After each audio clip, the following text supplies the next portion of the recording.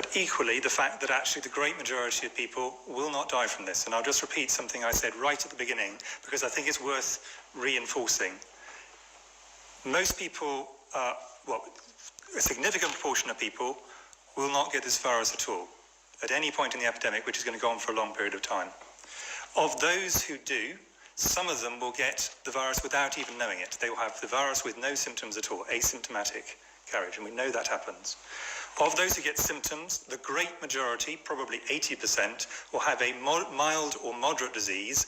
Might be bad enough for them to have to go to bed for a few days, not bad enough for them to have to go to the doctor. An unfortunate minority will have to go as far as hospital, but the majority of those will just need oxygen and will then leave hospital. And then a minority of those will end up having to go to severe and critical care, and some of those, sadly, will die. But that's a minority. It's 1% or possibly even less than 1% overall. And even in the highest risk group, this is significantly less than 20%, i.e. the great majority of people, even the very highest groups, if they catch this virus, will not die. And I really wanted to make that point really. So the chief medical officer of the UK is spelling it out right there that, hey, you may not even show any symptoms, but hey, less than 1% of you that actually catch the virus will die.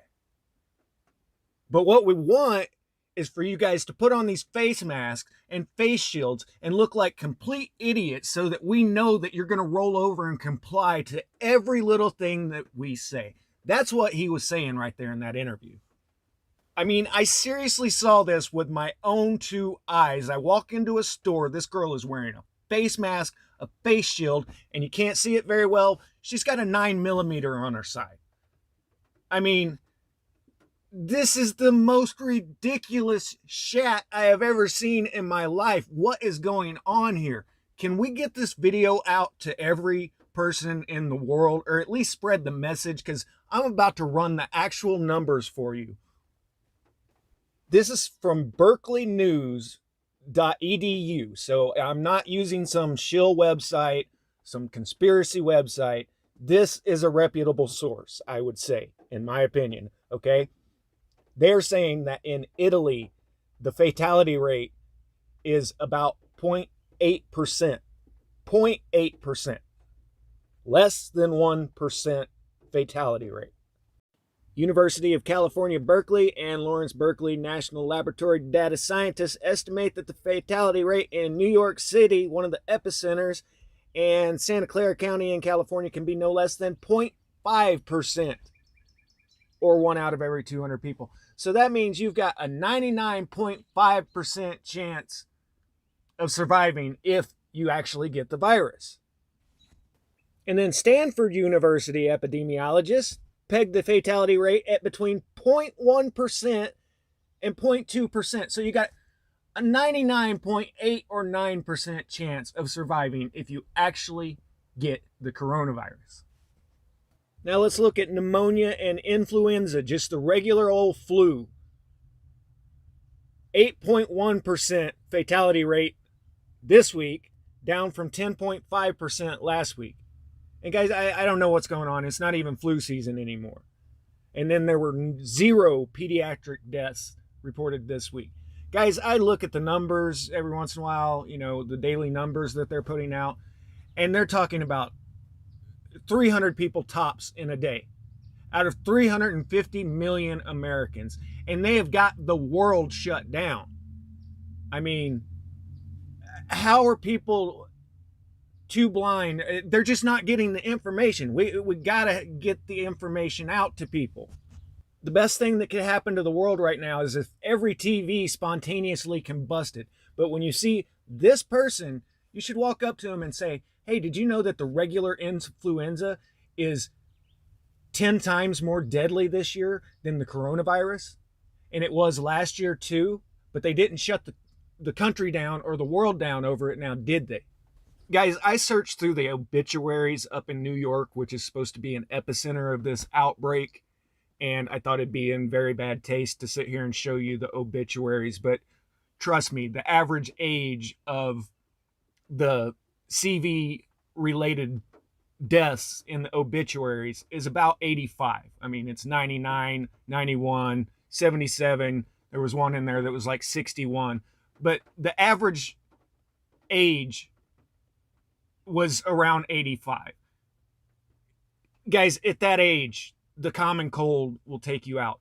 I've got a friend who is a medical professional that has heard from doctors on the inside saying that they are getting pressured to write deaths off as CV. And if this is so deadly, where are all the funeral processions?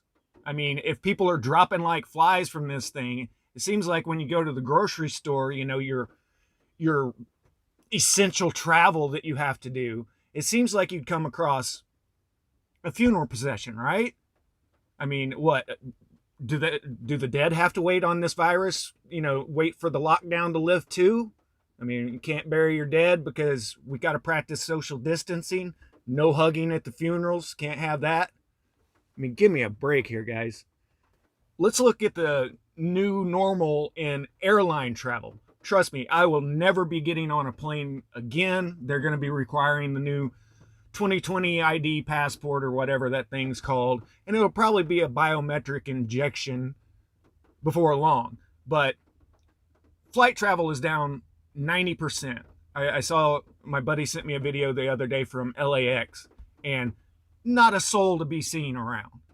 But you gotta hear this about the new airline regulations because it makes absolutely no sense. You'll see. Hey, Dagan, if I were you, I would get to the airport at least 3 hours, if not 4 hours before your flight takes off. We're going to go through some of the changes you might already be seeing and can certainly expect to see at the airport. First, you arrive and you go through what's called a disinfection tunnel. Yes, exactly that. You're sprayed with some sort of mist that sanitizes you, and then your bags do much of the same. They're typically hit with a UV light. When they're clean, they get a tag saying so. We call that tagging. Okay. Don't you love how they have all these trendy little names for everything, like social distancing and tagging? Like this is all normal. And I mean, they are pushing it as the new normal. They're not beating around the bush. They're just saying, no, this is the new normal. Get used to it. Bend over and kiss it. Now, this is kind of funny. They actually went back and trimmed out of that video where the two correspondents started pointing out this fact.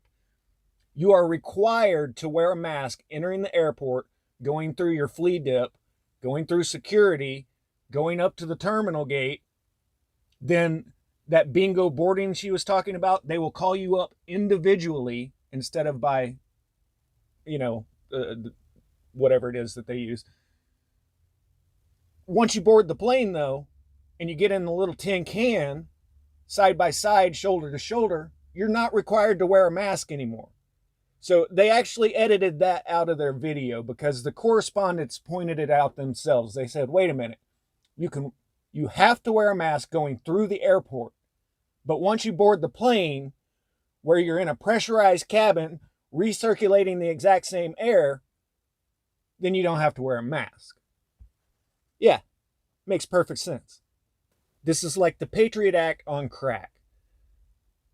But this is where the rubber really meets the road. 2 weeks ago, I went to the exact same grocery store, picked up the exact same package of hamburger meat, and it was $8. 2 days ago, I went, and it was $14.48. So in just a matter of a week or a couple weeks, it almost doubled in price. Now, as of yet, there's no shortage of food out there. There's plenty of food to go around still, at least here in America. We've had some, bad planting seasons, which that only means that, it's going to increase the cost to the farmers. The problem is that the four main packing houses that pack all of the beef in this country had to shut down. I can't remember if all of them shut down, but it's a supply chain problem at this point. Now, if the weather keeps getting worse, then yeah, we're going to have actual famine conditions that are making things bad. But it's because of these four packing houses being shut down that there's the problem.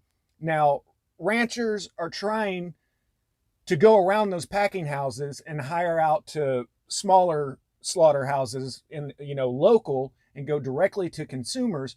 But the federal government won't let them do it because the USDA only inspects those 4 packing houses. It's a monopoly. And not only that, you're limited to 2 meat items per person. So out of our group, we couldn't just send one person to the store. We all had to go to the store because you can only buy 2 meat items per person. Now, this is something I'd like to hear about in the comments. Are you guys experiencing this in your area? Are they limiting the amount of supplies you can buy? And that's if you still got a job and can afford to eat meat while the prices are skyrocketing. Unemployment claims above 36 million people. Guys, I'm pretty sure we've blown the Great Depression unemployment numbers out of the water already. But what I read somewhere was, I think it was 42% of households that make $40,000 and under are now unemployed. Out of them, 50% will not return to work. Those jobs will not be there anymore.